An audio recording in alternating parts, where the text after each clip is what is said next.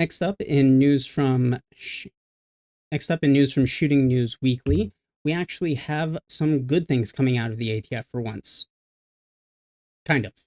Well, it's a win. It's a win, but it's a little win. The ATF is now reinterpreting their rules to allow the imports of UTM, simunition training rounds, and dual-use barrels. Basically, the long and short of this is these items were restricted, particularly dual-use barrels were restricted for the past 2 decades from being imported because they could be used for both simunitions and sporting purposes. So it was a weird mess of we're going to have our cake and eat it too when it comes to the language of the law. Same thing with simulated ammunition or simunitions. But the ATF, in a actually intelligent decision, has reversed their position and rulings on both of these particular items now.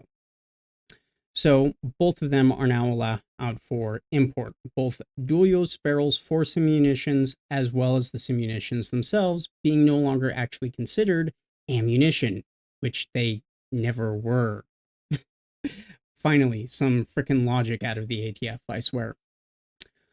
But I do think that this is interesting because if the red tape around these particular items is going down, maybe we'll see a increased wave of interest in the type of force-on-force simulated training that these kinds of simunitions allow for.